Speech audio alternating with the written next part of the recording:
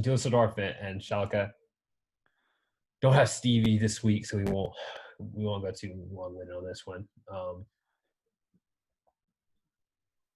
Schalke showed signs of life. The McKennie, he put the body on the line.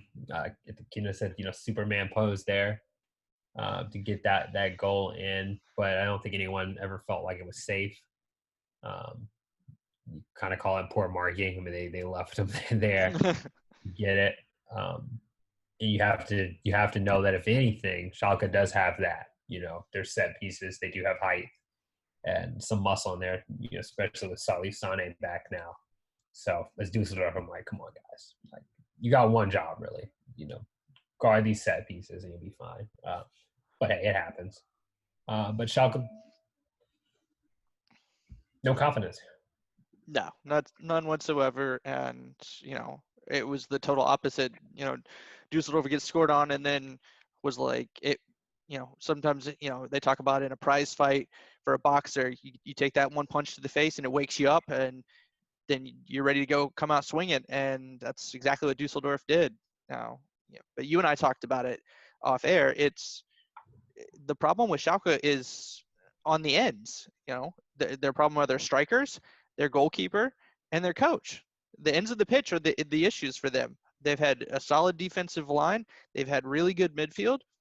They can't put the ball in the back of the net with their strikers. And right now their keeper looks like a deer in the headlights, or he's a child.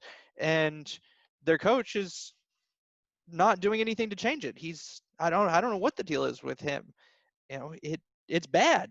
He looks completely overwhelmed for his job and has no idea what he's supposed to be doing to fix this. Interesting tidbit coming in here. Wagner is an interesting coach to me. I talk about this a lot coming from the school of thought of Klopp. Klopp was the best man at his wedding. He's learned a lot from him.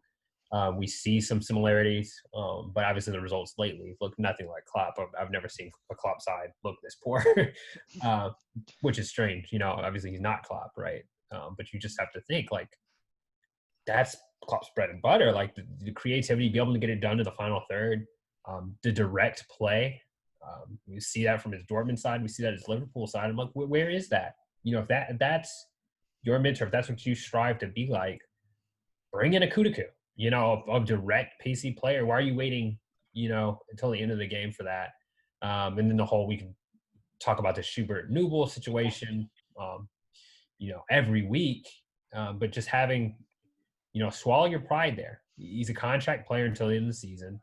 He's your best keeper. Your keeper right now, to me, you're hurting yourself, because you think, okay, this is going to be our keeper next season. We got to play him. You're gonna kill the kid's confidence, and I know Steven would say this, he talks about the Bayern game, so I might as well bring it up. He got thrashed in that game. But it's not even just that game now. He's getting thrashed every week. He got thrashed by his biggest rivals. Dortmund is coming out. Every shot that they take is the back of the net. And I'm just, don't do the kid like this. Like, seriously, don't do the kid like this. Hate to see it. Because if that's going to be your keeper next season, protect him. He's not ready. You have a kid that's proven he's ready. Problems everywhere. To me, they're in shambles, and I think that COVID is going to prevent them from making big changes right now. I just can't see them being able to bring in a manager right now. We still got Wagner under contract. I think he's going to have to see out the rest of the season, then maybe off season, you figure out what's going on as far as getting some funds. They need somebody else, though. Yeah. Yeah. We throw out the hot seat ratings from before. He's got to go. I think he would be. I think he would be if it wasn't for the pandemic. I think this absolutely. would be it. And I think you said it perfectly. They can't get rid of him. I mean, you can't look at one of his assistants and think that, you're going to get a Hansi Flick situation, right?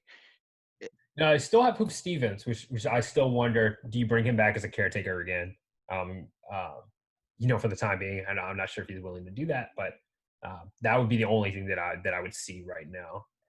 The other interesting thing that I'm seeing a lot of people talking about, which I was not aware of, is that when he got Huddersfield promoted, they actually had a negative goal differential when they got promoted, which I think is pretty funny. Yeah. the people basically said, this is one of the worst teams to get promoted. Just again, kind of, and I didn't follow him then. I just knew about his philosophies, and I said, all right, this could be a good fit. But as you dig into the details, he did have some of these warning signs at Huddersfield. Um, the way I chalked it up again, I think that he can be a good motivator for a short period of time, kind of get the team sparked. But having a true identity and weathering a storm like this, he just career-wise, he hasn't been able to do it yet. Um, yeah, which in similar fashion, when we look at Bruno Labbadia as well, a manager who's kind of done the same thing, and one can only hope that he's found a winning success at Hertha and he can continue to do that, and not end up kind of in the same situation where you fall off after a little while. But I won't rant there.